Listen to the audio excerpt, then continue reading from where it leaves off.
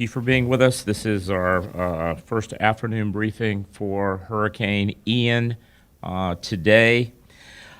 With regards to emergency management officials, the expanded the mandatory evacuation order to include both level A and B in Manatee County. Additionally, residents living in evacuation level C are encouraged to find shelter further inland. We are evacuating tens of thousands of people from the barrier island as residents and visitors are heading to are heeding to our advice. I can tell you, yesterday afternoon I saw golf carts leaving on Manatee Avenue, leaving Holmes Beach. Level A, and it's important to note, Level A includes Rabonia, Palmetto Point, Terracea, and the tens of thousands of mobile and manufactured homes in Manatee County. We will be turning off the water to the islands at sunset tonight to try and save the infrastructure from Ian's wrath. The sewage lift stations on the islands will also be turned off to prevent possible damage to the system. People need to take this seriously. Evacuate now if you are in level A, level B, or if you are in level C and are concerned, especially individuals around Wares Creek. We have more shelter locations open today at noon. We added Hale Middle School and Buffalo Creek Middle School.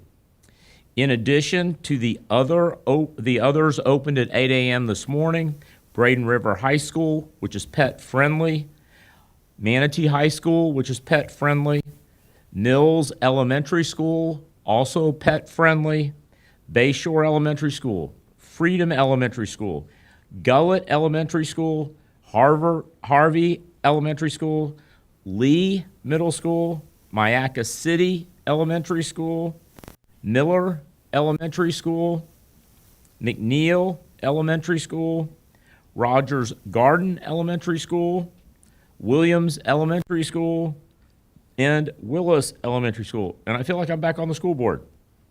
More than 229,000 sandbags have been distributed to date at sites all over the county.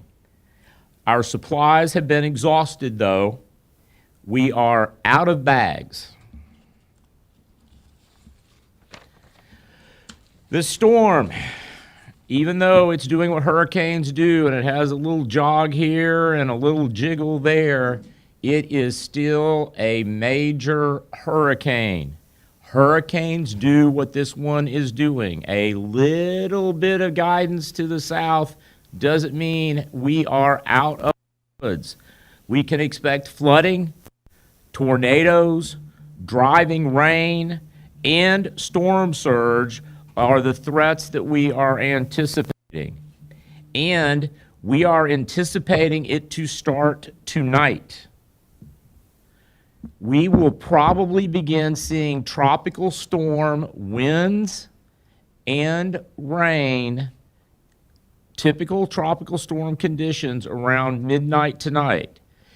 If you are in an evacuation area, evacuate and be in your safe area by sundown. That way you can get settled in, because when the tropical weather begins to come into our area, we will lock down the EOC and we will lock down the shelters to protect the individuals that have evacuated and gone into the shelters for safety. If you are evacuating to a friend's house, a colleague's home that's inland and in an area outside of the evacuation zone, try to get there before sundown. You can already see the outer bands have begun to hit our area. It is only going to get worse, and it's going to get worse quickly. Don't wait until it's too late. because we will shut down the roads when the winds are too high to safely navigate through the county. This is early afternoon. You need to finish securing your homes. You need to make sure you're packed for a couple of days. This storm has picked up a little bit of forward motion, but it is still moving slowly. We can expect hurricane and/or tropical storm conditions for at least 36 hours. It is not going to pass through our area quickly, and it's going to drop a tremendous amount of rain.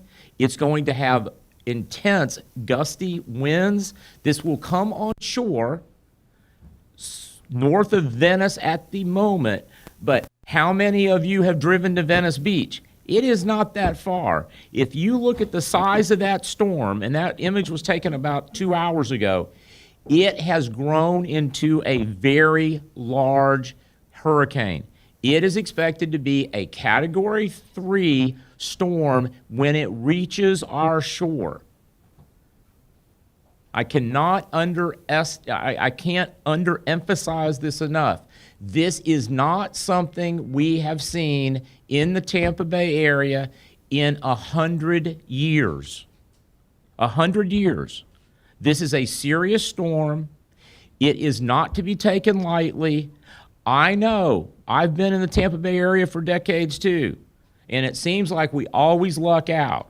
Do not count on us lucking out with this storm. It is serious. If you are on the islands, you need to be off of the island by sundown. The water will be shut off. The lift stations will be shut off. And if any of you don't know what a lift station is, that is what's required when you flush your toilet for what was in your toilet to be lifted off the island. You do not want to be on the island with a Category 3 hurricane and no water and no sewage disposal. It's not going to be fun, and it's not going to be safe. This is going to be a slow-moving storm. You want to be in a safe location to ride it out. Fill your tub with water to flush, but hopefully you're not on the island trying to compensate for the lift stations being shut off. And remember, if power is out, no lift stations in your area are going to be working. As the storm makes its way closer, remember to not head out in the storm. Once we get word out that it is not safe to be outside and driving a vehicle, please don't do it. Because if we tell you it's not safe to go out and drive around town, it means if you have a problem, our emergency vehicles aren't going to be out driving around town either, which means you're going to be stuck. If you see water in the road, unless you are absolutely sure you have x-ray vision and depth sounder eyes, don't drive through it. You may get stuck. As our utility folks are reminding residents to not try and remove manholes and cleanouts to clear clogs. Let our experts do it when it's safe to do it. Don't play utility guy. After the storm, if you want a job in utilities, you can personally call me. We'll hire you and we'll train you to lift those manholes. Current projections have landfall as a Category 3 somewhere north of Venice on Wednesday evening. That's about 6 to 12 hours sooner than was projected this morning. So we can expect landfall Wednesday evening, but remember, this evening is when we are going to start receiving tropical storm weather that is going to continue to escalate until we get the outer wall of the Cat 3 force winds, 120 to 125 miles an hour with gusts pushing 150. That's like flying a small airplane. You don't want to put your hand out in it. That is a lot of wind, it's a lot of impact, and it's going to be pushing a tremendous amount of water. Stay in a safe location. The track remains uncertain. The track remains uncertain. Just because we had a small update that says, well, it looks like that eye is going to go into North Venice and not Coquina Beach, remember, it is uncertain. A tiny little wobble in the other direction will throw the model back at us. But if you look at the size of that storm, and over the next 36 hours, it's going to get larger. Regardless of where it comes in Sarasota or Manatee County, you are going to feel like you're getting hit by a major hurricane. And guess what? Because you are getting hit by a major catastrophic hurricane. With that, I want to introduce our Congressman, Vern Buchanan, who I'm sure has been making the rounds up and down his district. And thank you for joining us. Thank you.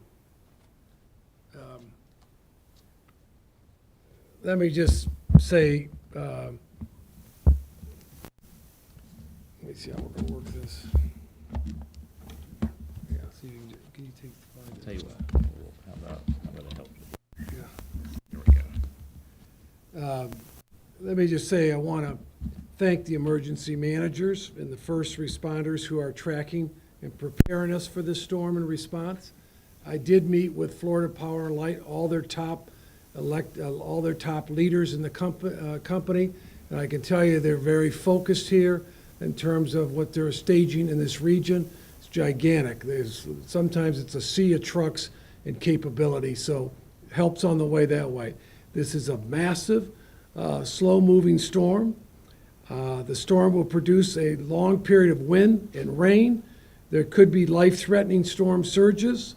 As was mentioned a little bit earlier, we've got to take this serious, and I'm the first. I've watched a lot of these storms over the years, and many times we get blessed or lucky, it'll head up north or head down south. I don't think this is the case this time based on all the experts I'm talking about. The track can change, which could have a severe impact. I do want to remind people, and those that were around during Charlie, I just was watching. It was supposed to go up in Tampa. It ended up doing a beeline into Charlotte Harbor, 90 degrees, and then it went from a Category 2 to a Category 4, like instantly. And I still remember that because we had a lot of employees and families and businesses who were concerned about it. Now is the time to execute your plan. If you don't have a plan, you make sure you do get it. And if you are in an evacuation zone, leave it if you haven't already left. We're monitoring the weather reports. We get a lot of updates. But I want to mention, listen to your local management of facilities. FEMA is deployed and ready. I just got off the line to the top appropriator for Florida, Mario. He's a very good friend of mine. He's called me, and we've made sure that we're going to have whatever resources we need quickly into this region, not just with FEMA, but additional resources from the federal government. Power companies are on standby, but it could be a few days before they get to you. We need to be ready. We need to be safe. But as was mentioned earlier, this is a serious storm. People need to take it seriously. And I'm very concerned kind of for the region, but I'm very hopeful. But I don't think if you take a look at the storm in general, he did mention it might come down to Venice, but it's still in the region. It's a big storm, and we've got to do everything to keep everybody safe. But I will assure you, from my standpoint, a federal response in terms of FEMA and appropriators, we will be ready and supportive and do everything we can to get people back safely and quickly once the storm leaves, ideally on Friday or Saturday. Thank you. Thank you. Before we take questions, I'd like to go ahead and let the Deputy Director and Emergency Management Chief Steve Lischauer share with you all of the activities that have been going on since we started at the Level 2 and moved into Level 1 this morning at 8 o'clock. Chief? Thank you, Dr. Hopes. Thank you, Congressman. Again, a lot of this will be reinforcing what Dr. Hope said earlier. We increased our evacuation level this morning. That includes mandatory A and B, voluntary C. If you are in levels A and B, which includes mobile homes, manufactured homes, RVs, nursing facilities, and acute care facilities. You need to go now. Please do not refuse to leave. Please take our instructions and directions seriously. This is a serious storm. Surge levels have increased per our 1 o'clock national weather call. Very big surge starting Wednesday, which is less than 24 hours from now. We could see 5 foot to 10 foot surge, and in some areas near that eye of that wall, and both the congressman and Dr. Hopes talked, Venice Beach is not that far away from us. It wobbled, it can re-wobble.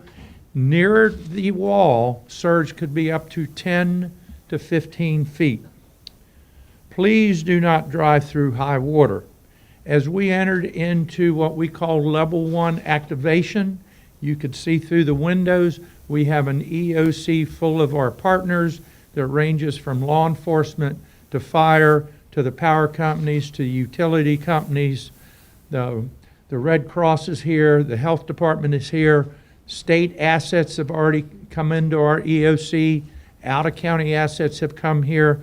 They're working diligently to prepare for when the storm passes, that we can react as quickly as we can. But please heed our warnings in our evacuations area. Please adhere to the evacuation orders. See mymanatee.org/weather to see your evacuation level or to see a map. If you're going to a shelter, you must take a cot or sleeping bag, personal items, and especially your prescriptions. So please adhere to our instructions.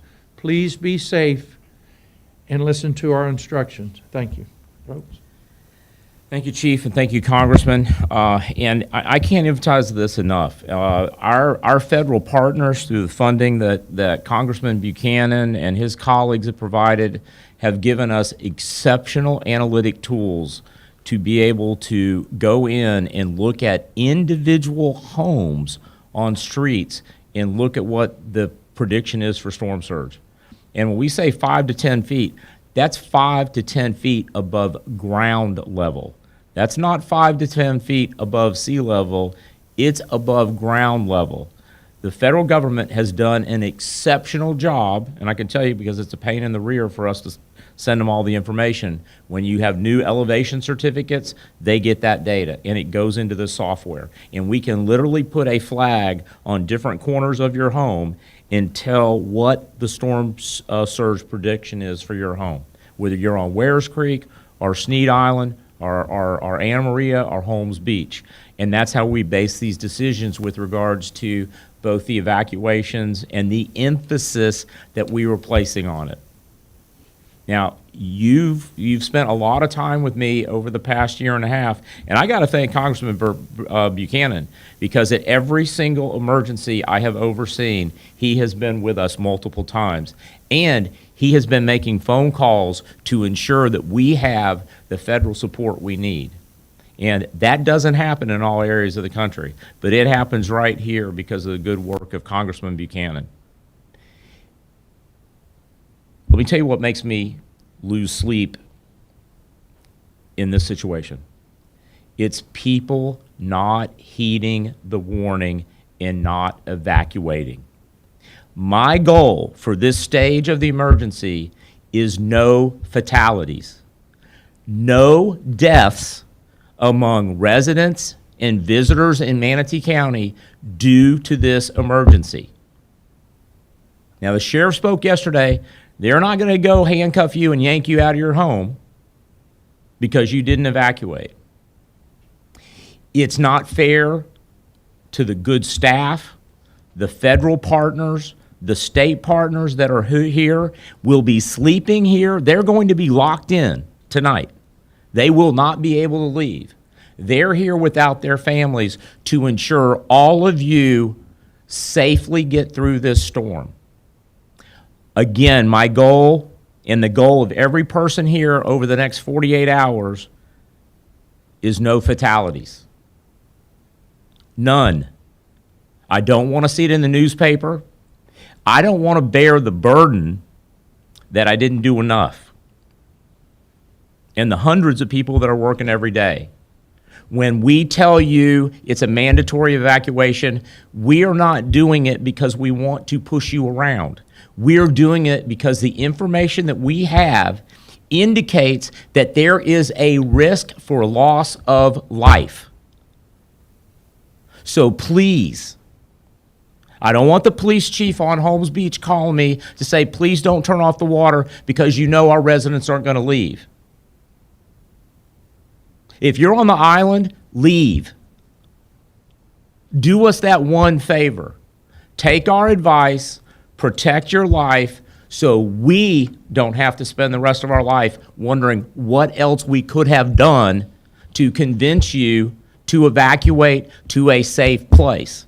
A safe place that has water, a safe place that probably has electricity, maybe even TV. And if you go to a friend's house, you're going to have good company. Please, heed the warnings. You only have a few more hours. Pretty much, I'm sure, come midnight or 2 a.m. tomorrow morning, you won't be out on the road because it will not be safe. If you're in a level A or a level B, evacuate. If you need help, you call 311, you call a friend, we'll see what we can do. Follow the guidance that we're giving you. That's what you pay us to do. With that, I'll take questions. Hey, Doc, let me add one thing. We've never seen surges 5 to 10 feet. Houston, go look at what happened in Houston just a little bit ago. It became a stationary front. We don't know whether this front's going to move through, how quick. If you get to 10-foot surges, there's going to be a lot of people hurt. Look at Katrina. Look at what happened just in the Bahamas, where there was communities of people that disappeared. So I don't want to be an alarmist. That's not I like to look at the bright side of thing, but in this scenario, we have to look at the downside as well as the upside. And you've got to take this very seriously, as the doctor was saying, because if you don't, nobody's dealt with 5 to 10 feet of water above this. So just imagine that. You got to be prepared to do everything you can on your part to do that. We're going to do everything we can in terms of bringing resources and everything else, but the storm's going to have to take place, and that's why you have to execute your plan or your family to make sure. I know in our family, I've got 9 grandkids that we had to move them out of the area in a van, that type of thing. So you've got to do what you got to do. But I think this storm is different than anything I've seen. And even on Charlie, that was a narrow swath that went through there. And but you know, I just think about my friends in Houston. I talked to them. The front came in and stayed there. In the Bahamas, it came by and stayed there 2 nights. And that's what, I'm not saying it can happen here, will happen here, but anything's possible. And that's why I think we've got to be prepared for the worst, hope for the best, but we've got to be prepared. So I just would challenge everybody to not take this lightly, because the doctor mentioned earlier, all of us have been in these scenarios where you think a storm here and a storm there, nothing ever shows up much or a little bit here. But this is one, my sense of it is, based on what I'm hearing from my experts, so to speak, this is real, very real. So thank you. Thank you. Thank you. Questions? With the now mandatory B, a lot of people have hotels, and their hotels are in Zone B. Are you anticipating more people going to the shelters now? What should you tell those people who have their reservations canceled? That's one of the reasons why we opened 2 additional shelters. Hale and Buffalo Creek are middle schools. They have a much larger capacity. So that's, and you know, as we did with Irma, and I was on the school board then, we ended up opening shelters that weren't hardened as shelters because we needed to get people off the road. And hopefully other counties are as aggressive as we are with regards to getting the shelters open and getting people in. And those of you that are hesitant to evacuate because you're concerned about getting in, when it's safe to come back in, we are going to do everything we can to expedite your entry to your neighborhoods and your homes. Do we know how many people are in shelters right now? Do we have a shelter count yet? We do, but I don't know what that is. We'll get it for you for the next briefing. I mean, it's a steady flow, I can tell you that. Anything? Dr. Holmes, Yes, sir. What advice do you have for people that live outside of the HVAC zone and are hunkering down in their homes? Ensure that you've taken all the precautions that you can take. Go online while you have internet and go to our website. We've got checklists for you. Some basic things like fill water bottles and put them in your freezer and your refrigerator. Turn the temperature down on your refrigerator and your freezer as low as it will go. Because the colder that is and the more you have in the refrigerator and the freezer, when you lose power, should you lose power, the longer it's going to stay cold. So make sure that you've got, your supplies. Remember, the first 72's on you. At a minimum, you need to be able to sustain your family and you for 72 hours. That means water, that means fuel. Fortunately, I haven't seen long lines. The gas stations are able to get enough fuel and get it out there. You still have a little bit of time to prepare. The weather's not great right now, but at least you can do some of that last minute checklist completion. But if your home, especially if your home was built in the last, say 10 years, hopefully, after 2002, if your home was built before 2002, the hurricane standards there are pretty low, like 90 to 100 miles an hour, and that's not going to help you with this. So the newer your home and the higher your elevation, if you're not in an A and if you're not in a C where you have a propensity to flood, you can shelter in place. But make sure you have those supplies. Make sure you have your medications, and you're prepared to ride out a good 36 to 48 hours of bad weather with possibly no electricity. But just be safe. And you've also mentioned, the island and you're worried about residents out there. Is there any indication that visitors and residents are not evacuating the island? Well, when I have the police chief of one of the largest cities on the island call me on my way here to this briefing to ask that we do not turn the water off so his residents can stay on the island, that's a pretty good indicator that there's a problem. And I'm going to do everything I can if I have to drive out there myself. But the water is going to be shut off. By sundown, there will be no water being piped to Anna Maria Island, none of the cities. And I guess Longboat Key, too, because we provide the water to all the islands. And the lift stations will have to be shut down. And the reason why is because if there is a break, it will contaminate the whole system. And so because residents on the island want to stay there, if we were to leave that water on and then we have a problem, we could have to shut down the entire system for everybody in Manatee County because some people wanted to stay on the island because they're used to riding these storms out. And that's not this kind of storm. Because keep in mind, if you have a problem on the island or in some of these evacuation zones, we can't get there to help you. I will not put our employees at risk because you failed to take our mandatory evacuation order seriously. It's not just about you. It really isn't. We're all in this together. We are one big community, and friends help friends. If you're in an evacuation zone, evacuate, and do it before sundown tonight. One thing I would add is that I would not want to have a 10-foot surge on any of the islands, because you might not be there. Yeah. I mean, seriously, that's what happened in the Bahamas. They had a big surge, and they lost communities of people they never found again. And so you've got to take that very, very seriously. Just to add one other thing, because we have a lot of recreational boaters and everybody else, you need to take a look at that as well, or any of your property, because it could be floating out in the bay or something. So, Yeah. I mean, that's another big issue in Manatee, Sarasota County, all these different boats and things that you got outside. You need to secure that. Yeah, and that's an important point. I will tell you what I was doing for 2 hours. I mean, I took a break. I took a break after our meetings this morning and the board meeting, and I had to get in a kayak and run lines over to my neighbor's pilings to put my sailboat in the middle of the canal so it didn't end up on somebody's house. So you got to, while it's daylight, take time to do that. And keep in mind, when we talk about this surge, we're not talking about filling up your bathtub where you just kind of watch that water come up. We're talking about the potential of a wall of water being pushed by 120-mile-an-hour winds that is going to go and slam up against your property. We're not talking about a little gradual thing of the seas rising.